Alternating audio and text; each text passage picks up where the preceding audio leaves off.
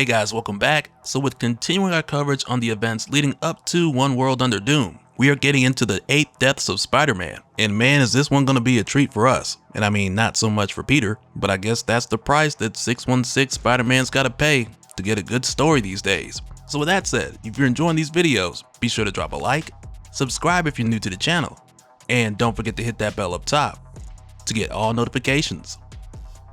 Alright, so jumping in, this picks up in Amazing Spider-Man issue 61, after the events of Gang War, where Peter's practically back to juggling a million things at once, whether it's dealing with randoms like burnout, helping out Aunt May, or trying to get back into dating. So it's like, for a brief moment we're shown here that things have more or less gone back to normal for Peter, or at least his version of normal. So as you would expect, this is something that just wasn't gonna last long, because next he's suddenly met by the arrival of Sorcerer Supreme Doom. And if by chance you're not familiar with how Doom had become Sorcerer Supreme, I got links in the description that'll get you caught up, with that taking place during Blood Hunt, and we've already started our One World Under Doom playlist, so check that out to learn how Doom has been planning this for quite some time, with him making preparations for what he would do as Sorcerer Supreme long before he had taken the title from Doctor Strange, which is not too surprising since Doom is very intentional with anything he does, but nonetheless it's something that's still cool to see. With Sorcerer Supreme Doom showing up here, one of the first things he tells Spider-Man is like, "You rarely garner my attention," and it's just kind of like, man, oh, you gonna start with that. But essentially Doom tells him that he has a task that Spider-Man is uniquely suited for, and it's a task in which he must prevail, which at first has Peter quiet, and it has Doom thinking that he's just taking it all in, because he tells Spider-Man, "Your stunned silence belies understanding of the gravity of the situation," or what he's here telling him. But Peter's just like, "Nah, I was just thinking of a clever way to tell you to shove it." So he tells Doom, "Get rusted, you Temu Doctor Strange knockoff." And for a moment it's like, yeah, Doom gets upset, but then he just tells Spider-Man the covenant shall be broken, and he leaves. And when this happens, it's kind of like, that seemed a little too easy. And it's not too long before Peter finds out what that really was all about, until seemingly out of nowhere this guy by the name of Centros shows up. And he's saying things like, "By the will of my father, the immovable, the unstoppable, I declare this contest begun." And he's just wrecking things and asking, "Where's Earth's champion?" And it's kind of funny because when Spider-Man shows up, he doesn't know who this guy is and he doesn't know what he's talking about. But Spider-Man's just like, "Earth's champion? Oh yeah, he's off today." But as the Centros guide goes on, he starts talking about how the Covenant has begun and this champion will face him. And when this dude mentions Covenant, Peter starts to put 2 and 2 together, and he's just like, oh boy. And he finds out rather quickly how serious this dude is, when he realizes that this guy's manipulating gravity, and he's moving it in concentric circles that'll eventually take down buildings if this guy isn't stopped. And just as Spider-Man's getting wrecked, Doom shows up, and he basically tells him, "This is what I was talking about earlier." And he tells Peter, "Any who perish fall victim to your negligence. Accept my task. Receive my aid." So Peter accepts. So Doom tells him to pay attention, as he goes on to say, "From the Darkhold Chronicles, Age of Strange, the young Sorcerer Supreme explored the lengths and depths of his magnificence, and while their potential inspired awe, he quickly discovered the limits of his human power. In order to guard the Earth and its environs from the countless threats of an immaterial cosmos, he would require aid. Bargains would be struck. Doom would never require such unreliable and inefficient systems, but we play the hands we are dealt." While studying the eldritch histories of the Darkhold, Strange discovered the unassailable Crimson Casket of Cyttorax, ample protection for the Earth, for this dimension.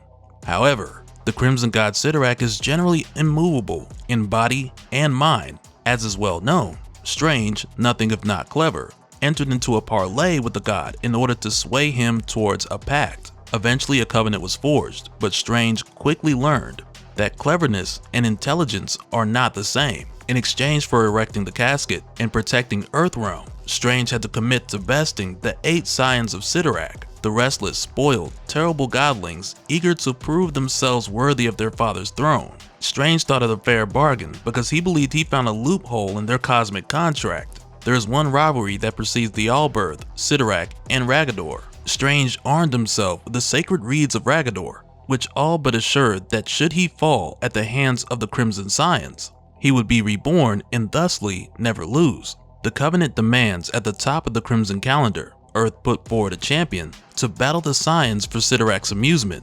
The contests were taxing to say the least. Strange, ever the martyr, chose to face the Scions himself. His inefficiencies also know no bounds. So essentially this is something that Doctor Strange has to do at the beginning of every Crimson calendar year. And the way that Doom explains this, it's a really interesting take, and I can only imagine Doom's gonna go further into it once One World Under Doom officially starts, because with him saying things like Doctor Strange's inefficiencies know no bounds, or even how this bargain with Cyttorax is something that Doom wouldn't need to do, it really just shines a light on how Doctor Strange heavily leans into the whole aspect of finding loopholes. Because like Doom said, when Strange found a limitation, his knee-jerk reaction was to borrow some power, where in this example from Cyttorax, to make himself more of a formidable defender. While on the contrary, when it comes to Doom, he's more likely to have a number of contingencies to choose from, so that by the time said threat arrives, he already has some type of answer for it. And we got a great example of this recently with Bloodhunt, because when the sky was covered with dark force energy and vampires were just running wild all over the world, Doom didn't have that problem in Latveria, because he was ready. And it's not even like he just depends on his own ideas for this, because also like we saw in Incredible Hulk issue 800, when he captured Thunderbolt Ross, he essentially locked him up just to use him as a way to run through different war scenarios, so that Doom could use that strategy later. And in another recent example, in Venom War, when we got the whole thing with Kang the Conqueror versus Doom, this gave us a glimpse into Doom's strategic planning collective, which was basically a bunch of Doom bots that would come together and calculate Doom's way of thinking, along with the knowledge that he has, to come up with solutions that he also would, though at an accelerated rate. And I mean, in either case, both of these methods are flawed, whether we're talking about Doctor Strange making these crazy bargains, or Doctor Doom who trusts his own way of thinking too much at times, to the point where he often falls victim to his own hubris. But looking at Strange's method and Doom's method for what they are, when you hold them up to Spider-Man, it really gets interesting, and we'll talk more about how it compares in a little bit.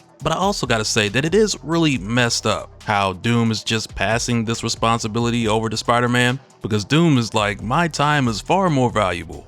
So it's just like, really? Is that why you don't want to do this? But nonetheless, Doom goes on to say, as Earth's Sorcerer Supreme, I declare Spider-Man is Earth's new champion in the Covenant of Cyttorax. You will face the Scions of Cyttorax as my bannermen, armed with tools to aid you, arcane armor to give you access to the mystic arts, and protect your physical form, in aid of the light-restoring reeds of Ragador. Face the Scions, beat the Scions, protect the Earth. This is the word of Doom. And it's pretty sick because when Peter gets this new armor, it comes with the knowledge of what he needs to know in order to use these different spells or even identify whatever unique or secret items that he's looking at. And that's really important because just to go back to what I mentioned earlier about Doctor Strange having his methods and Doom having his, as soon as Spider-Man gets into this fight, it's here where we see him do what he does best. Because unlike Strange, who's always making deals and looking for loopholes, or even Doom, who's trusting his own knowledge way too much to the point of his own detriment, Peter's always been the type to rely on the science.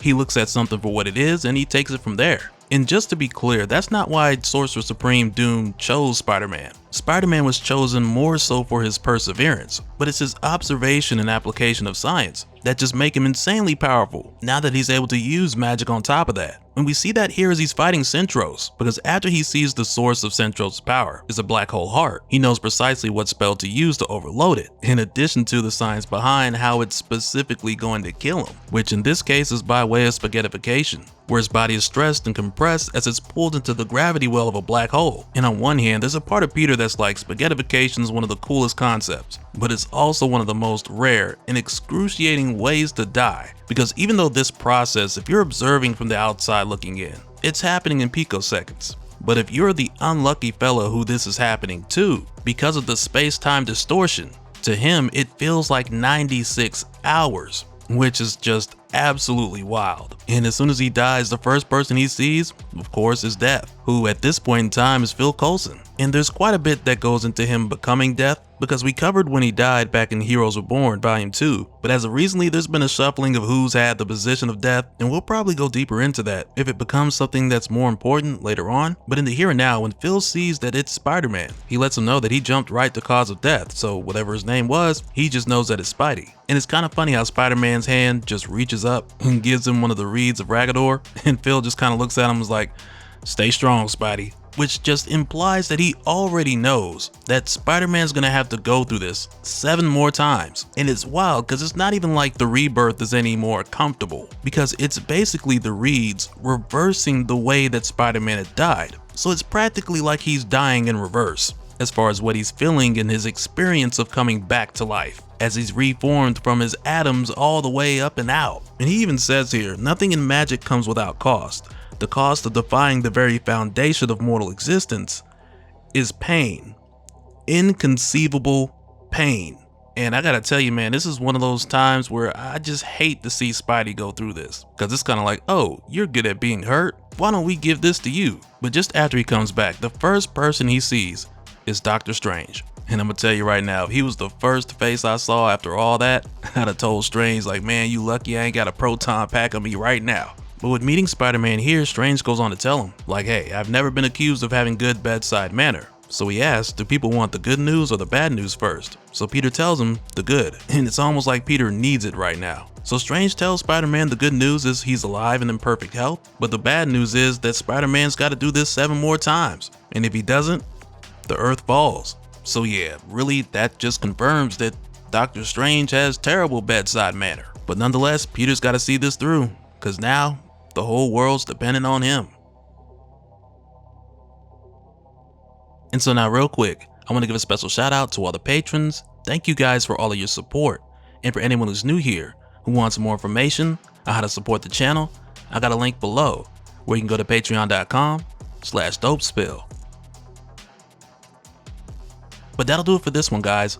Let me know your thoughts down in the comments below, and we'll do it again on the next one. Alright, later.